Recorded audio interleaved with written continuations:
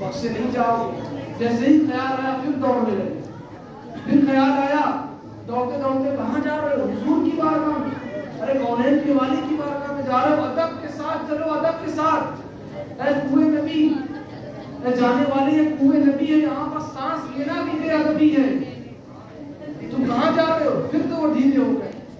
خیال آتا رہا، میرا کریم رب یہ دیکھ رہا تھا کہ میرا وائس اپنی والدہ کی محبت میں اطاعت میں رک جاتا ہے، حضور کی محبت میں دوڑنے لگتا ہے، تو اللہ تبارک و تعالیٰ نے زمین کو حکم دیا کہ زمین سمٹ جاؤ وائس کے لیے۔ زمین سمٹ گئی اور حضرت وائس رضی اللہ تعالیٰ عنہ سورج نکلنے سے پہلے مدینہ شریف پہنچ گئے، لیکن ہائے سب افسوس قسمت میں نہیں تھا، قسمت میں نہیں تھا، حضور کی بارگاہ میں رہنا قسمت میں نہیں تھا، اور جس کی قسمت میں نہ ہو پھر کیا کہا جائے۔ امام عشق محبت سیدی اعلیٰ حضرت فرماتے ہیں، بار نہ تھے حضور کو پالتے ہی گر غریب کو، بار نہ تھے یعنی بوجھ، حضور پر ہم بوجھ نہیں تھے، پالتے ہی گر غریب کو، لیکن اب کیا روئے نصیب کو، حضور کی بارگاہ میں نصیب ہی نہیں رہا کہ وہاں پر رکے، روئے کہ آپ نصیب کو اور کہو کہ چین کیوں گوائیں، رو کر چین گوا کر کیا فائدہ، نصیب ہی نہیں تھا۔ فرمایا جیسے پہنچے مسجد نبوی، کہا میرے حضور کہاں ہے، میرے آقا کہاں ہے؟ فرمایا گیا ہے شخص بڑا تھکا لگتا ہے، پریشان لگتا ہے، بیٹھ جا پانی پی لے، کچھ تو آرام کر، تیرے گھلیے سے لگتا ہے بہت پریشان ہے تو کہنے لگے نہیں، میری والدہ نے کہا 8 پہر میں آنا ہے، مجھے اپنی والدہ کی بارگاہ میں جانا ہے، مجھے بتاؤ میرے آقا کہاں ہے، میں ان سے ملنے کے لیے آیا ہوں، بڑی مشکل سے اجازت ملی ہے، بڑی مشکل سے میری والدہ نے اجازت دی ہے، میں حضور کی آقا کی بارگاہ سے پروانہ آیا ہے، محبت کرنے والا ہے، عاشق آیا ہے، بڑی محبت سے بڑی مشکل سے اجازت ملی ہے، صحابہ بتاؤ میرے آقا کہاں ہیں، میرے آقا کہاں ملیں گے؟ شاعر فرماتے ہیں ہم بھی یہی دعا کرتے ہیں کہ بڑی امید ہے کہ سرکار قدموں میں بلائیں گے، بڑی امید ہے کہ سرکار قدموں میں بلائیں گے، اور آقا علیہ السلام کی بارگاہ اسی اعلیٰ بارگاہ ہے، کیسا اعلیٰ مقام ہے۔ حضور نے فرمایا جو میری بارگاہ میں آیا اور جس نے میری قبر انور کی زیارت کی، میری شفاعت اس پر واجب ہو گئی، واجب ہو گئی شفاعت زیارت پر۔ آپ کہیں کہاں سے بتایا؟ اپنے حدیث سے۔ میرے آقا نے فرمایا من زار قبری وجبت لہو شفاعتی، میرے آقا نے فرمایا جس نے میری قبر کی زیارت کی، میرے روزے کی زیارت کی، میری شفاعت اس پر واجب ہو گئی۔ میرے آقا نے فرمایا من زار قبری وجبت لہو شفاعتی، واجب ہو گئی اس پر شفاعت۔ تو بڑی امید ہے سرکار کا قدموں میں بلائیں گے، اور آقا علیہ السلام جب اپنے قدموں میں بلا لیے تو کیا ہی بات ہے۔ فرمایا گیا کہ ویسے نبی رضی اللہ تعالی عنہ نبی پاک کی بارگاہ میں جیسے ہی گئے کہا کہ صحابہ کہاں ہے، بتاؤ میرے آقا کو اس وقت میرے آقا علیہ السلام گھر پر ہوں گے اور آرام فرمانے کا وقت ہے، کہا گھر جاؤ۔ گھر جاتے ہیں، گھر پر جاتے ہیں، جیسے ہی دستک دیتے ہیں اندر سے آواز آتی ہے کون؟ کہا ویس۔ کہا کس سے ملنا ہے؟ کہا حضور علیہ السلام سے ملنا ہے۔ اندر عائشہ صدیقہ اما عائشہ صدیقہ رضی اللہ تعالیٰ کہتی حضور ابھی کام سے گئے، روایت الگ الگ ہے، کوئی کہتا ہے کسی راوی نے کہا کام میں گئے ہیں، کسی راوی نے کہا غزوے میں شریک ہونے گئے ہیں یا جنگ کا موقع تھا اس میں گئے ہیں۔ تو جیسے ہی سنا آخری اللہ اکبر، اور آخری نصیب میں نہیں ہے، نصیب میں نہیں ہے آقا کا مدینہ لینا، میرے نصیب میں نہیں کہ میں حضور کی زیارت کر سکوں، کہ میں آقا علیہ السلام کا روزہ دے سکوں۔ آپ رکھتے ہیں تھوڑی دیر تک اور رونے لگتے ہیں کہ میرے نصیب میں نہیں کہ میں آقا کا دیدار کر سکتا۔ بڑی مشکل سے اجازت ملی، بہت مشکل سے اجازت ملی، اور حضور کا دیدار نہیں پایا، آقا سے مل نہیں پایا۔ قسمت پر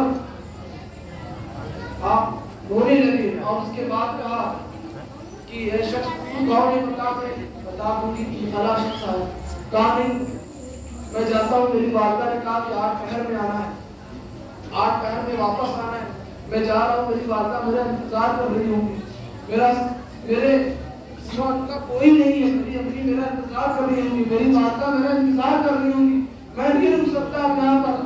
تو کہا کہ اچھا یہ تو بتاتا چاہ ہے کہاں کا؟ کہا یمن کا ہوں. بس میرے آقا سے یہی کہہ دینا کہ یمن کا عاشق آیا تھا، ایک عاشق صادق آیا تھا، ایک سچا عاشق آیا تھا. جب میرے آقا آئے تو کہا کہ آج مدینے کی گلیوں میں بڑی خوشبو نظر آتی ہے، بہت خوشبو نظر آ رہی، کون آیا ہے؟ کون آیا تھا؟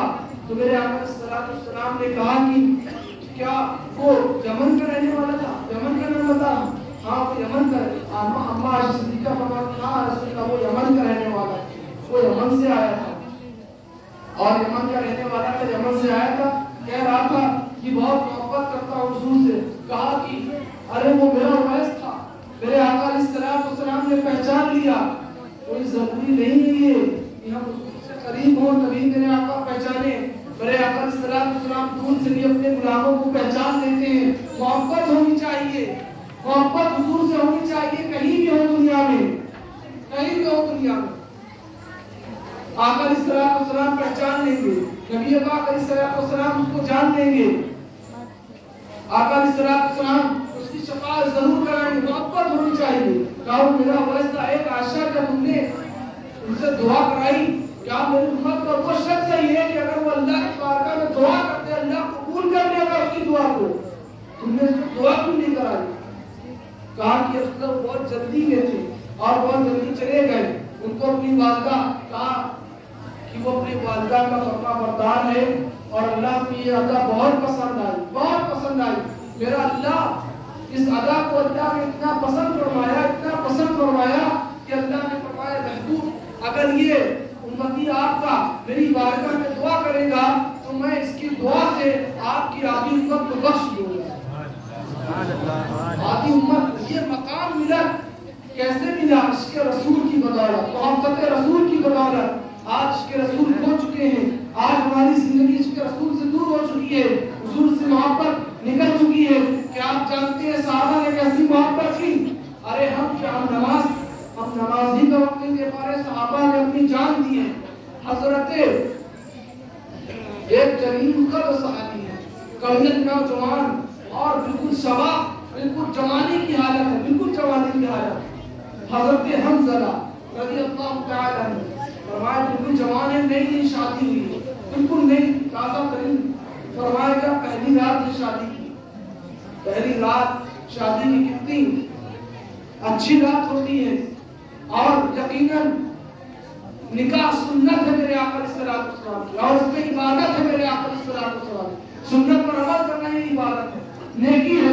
تو فرمایا پہلی رات حضرت حنظلہ اپنی بیوی کے ساتھ تھے اور وظیفہ زوجیت ادا کر رہے تھے، اپنی جوزہ کا حقوق ادا کر رہے تھے.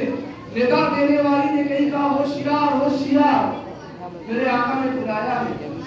واپس کو بلایا، کہا میرے آقا علیہ السلام نے بلایا ہے، جنگ ہو رہی ہے اور اس میں مجاہدوں کی ضرورت ہے. میرے آقا نے بلایا. میرے حضرت حنظلہ اپنی جوزہ کے ساتھ پہلی رات تھی، پہلی رات کو بھی نہیں دیکھا، فوراً جدا ہو گئے. جیسے سنا منادی کہہ رہا ہے حضور نے بلایا، میرے آقا نے بلایا، کہیں جانے میں تاخیر نہ ہو جائے، فوراً جدا ہوئے. بیوی کو الگ کرا اور کہا میں جا رہا ہوں، پتہ نہیں رہوں نہ رہوں، میں الوداع کہہ رہا ہوں، میرا سلام لو. اور آپ کو غسل بھی نہیں کہا، آپ غسل کرنا، آپ نے اتنی بھی تاخیر برداشت نہ کری کہ میں غسل بھی کروں. بغیر غسل کرے ہوئے ناپاکی کی حالت میں نکل گئے، بغیر غسل کے نکل گئے. اور جیسے ہی میرے آقا علیہ السلام کی بارگاہ میں حاضر ہوئے ہیں اور جنگ کے لیے میدان میں گئے، شہید ہو گئے. میرے آقا علیہ السلام نے چاروں طرف نگاہ اٹھائی، شہیدوں کو دیکھا، جتنے بھی شہید تھے سب کو دیکھا اور جیسے ہی دیکھا کہا کہ حنظلہ کا، میرا حنظلہ کا. تو فرمایا گیا، حضرت حنظلہ کو بلایا گیا. میرے آقا علیہ السلام نے دیکھا، رونے لگے. کہا صحابہ جانتے ہیں کون؟ پہلی نئی شادی تھی، پہلی رات کی دلہن تھی.